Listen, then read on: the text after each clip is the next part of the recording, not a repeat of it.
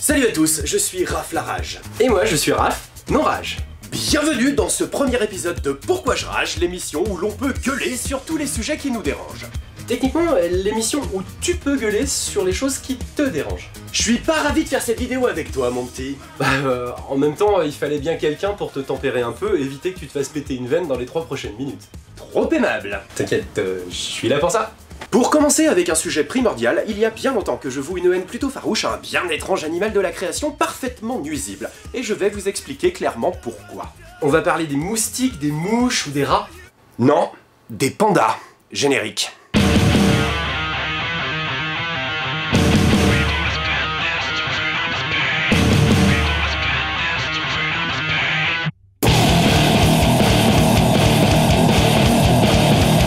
Avant toute explication, il est important de savoir à quoi l'on a affaire, et je vous invite à venir avec moi jeter un coup d'œil sur la carte d'identité de la bestiole médiatiquement kawaii.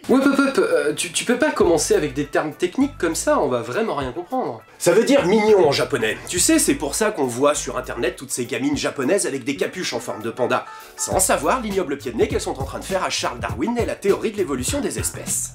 Ouh, tu vas un peu vite là, c'est un peu technique de démarrer par... Ta gueule là, si nous allons nous renseigner sur le site détenteur de la vérité ultime, Wikipédia... Ouais, question, c'est quoi Wikimachin? Oh putain, t'es sérieux là? T'as touché un ordinateur ces 10 dernières années de ta vie? Bah oui, je suis pas un attardé qui cherche encore dans son encyclopédia en carta, Putain, j'en ai tellement rien à foutre. Bon, Wikipédia nous informe que le panda est un mammifère originaire de Chine, sur le continent asiatique. Ce genre de précision, t'es pas obligé, on n'est pas idiot. Sans déconner, plus je te regarde et plus je me dis que c'était vraiment nécessaire. Bon, j'allais dire, avant que tu me coupes, qu'il existe aujourd'hui encore 2 races de pandas, le petit panda ou panda roux, et notre sujet de controverse, le panda géant, un ursidé, donc de la famille des ours, blanc et noir, bien connu de tous. Au passage, voilà la photo d'un panda roux, vu que personne n'en a rien à carrer, au moins on pourra pas dire que je délaisse les minorités dans ma vidéo. Wouhou! Bref, on apprend qu'il mesure en moyenne 1m65 et qu'il pèse environ 100 kg.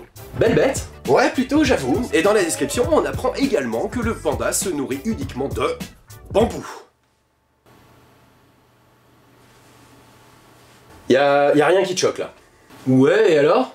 Putain, un ours, ça mange quoi? Si tu réponds du miel, je tue ta famille.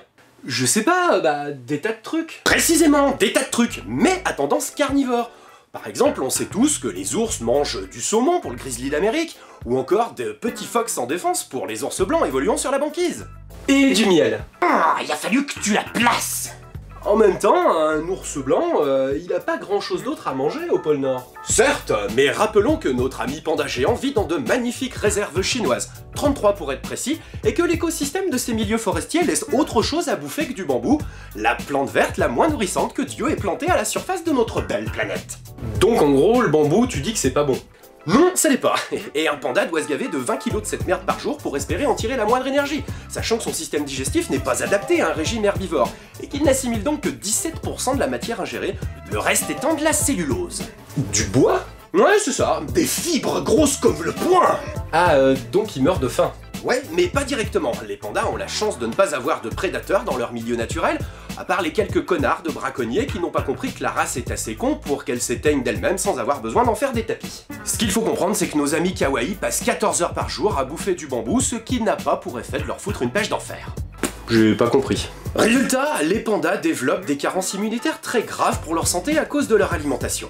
Et comme en plus ils ont décidé de vivre entre 1800 et 3400 mètres d'altitude, donc dans un climat relativement froid, il n'est pas rare qu'un panda meure d'une bonne grippe transformée en pneumonie, n'ayant pour unique défense que les anticorps d'une moule d'eau douce. Mais rappelons que leur première cause de mortalité reste l'occlusion intestinale. Ça veut dire quoi? Ils sont constipés? Pas vraiment. Dire qu'ils se déchirent le cul avec de l'écorce de bambou serait plus approprié. Mais il y a de l'idée. Alors, si je comprends bien, tu les aimes pas parce qu'ils ont un régime alimentaire pourri. Non, je les hais viscéralement pour bien d'autres choses, mais ça va venir.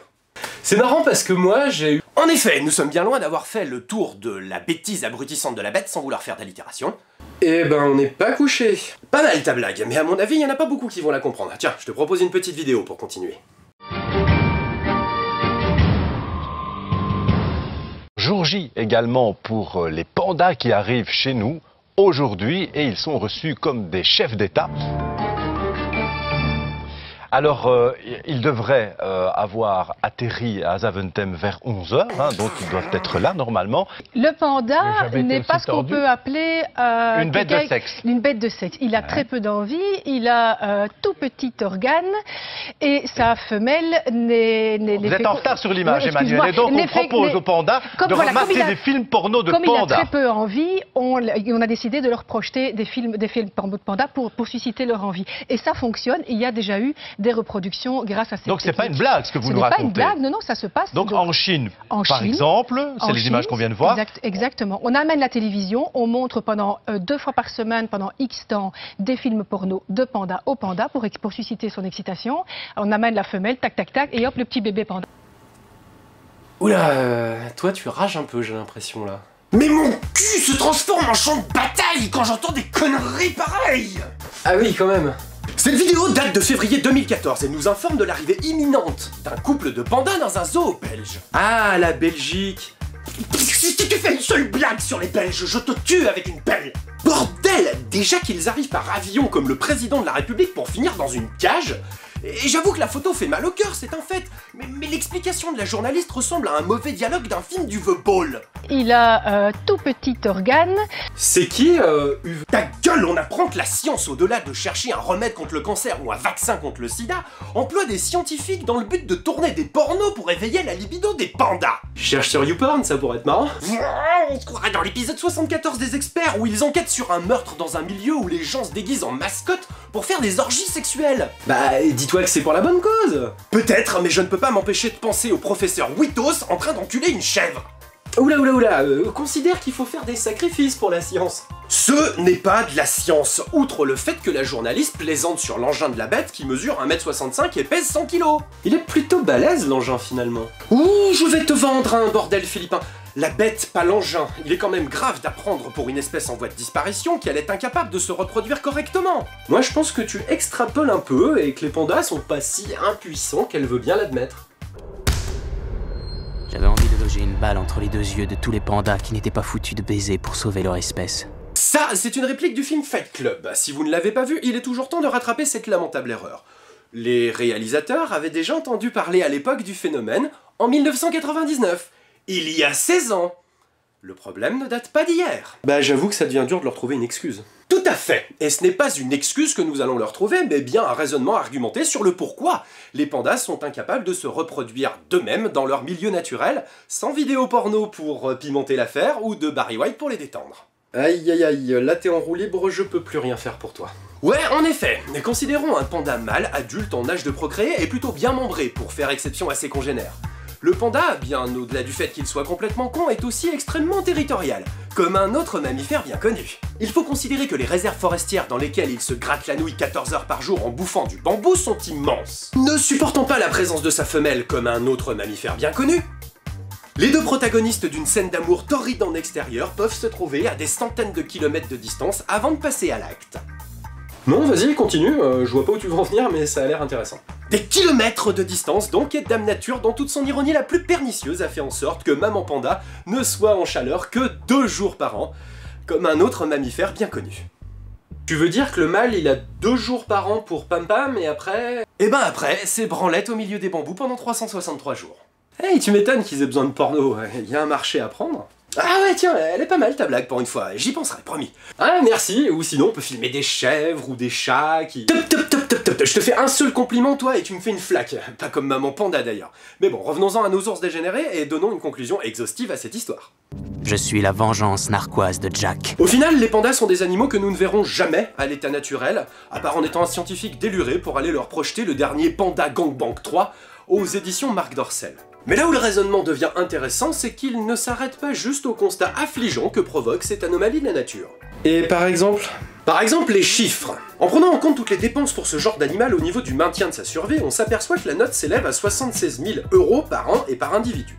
On peut donc admettre que depuis la sortie du film Fight Club en 1999, au profit d'environ 1500 pandas encore vivants dans le monde, ils ont coûté la bagatelle de 114 millions d'euros jusqu'à aujourd'hui. On va me dire qu'il existe des causes bien plus graves qui demandent et gaspillent beaucoup plus d'argent, comme la vente d'armes ou le détournement de fonds publics. Mais considérons alors cet état de fait. Cette gentille bébête mange son bambou en matant des pornos financés par le CNRS et se fait torcher le cul dans des réserves de milliers de kilomètres carrés hors de prix, pendant que lui continue de mourir de faim dans l'indifférence la plus totale, ou que elle continue de coudre des ballons Nike pour 60 centimes d'euros par mois. This is fantastic news, and of course I applaud it. Ainsi, pour en revenir à Charles Darwin et la théorie de l'évolution des espèces évoquée au départ, je pense qu'il est inutile de développer autant d'efforts, aussi risibles soient-ils, pour maintenir en vie une espèce vouée à la disparition, sans intervention aucune de l'homme. En bref, quand une bestiole met autant de mauvaise volonté à survivre, eh ben c'est simplement qu'elle mérite de disparaître. Des commentaires ? Ouf, non. Moi je maintiens qu'ils sont mignons. En effet, ils sont mignons, et je peux apporter à leur crédit une seule touche un peu plus sympathique à leur tableau en faisant une simple comparaison équivoque. Avec nous, et bien sûr, les humains. Un mammifère territorial qui déteste ses congénères, bouffe de la merde, se branle sur des vidéos porno en glandant à longueur de temps, qui ne supporte sa femelle qu'1 heure avant de la baiser, et surtout s'en retourne ensuite à ses occupations individuelles et se fout complètement du reste. Vu que c'est le prédateur le plus dangereux de son milieu.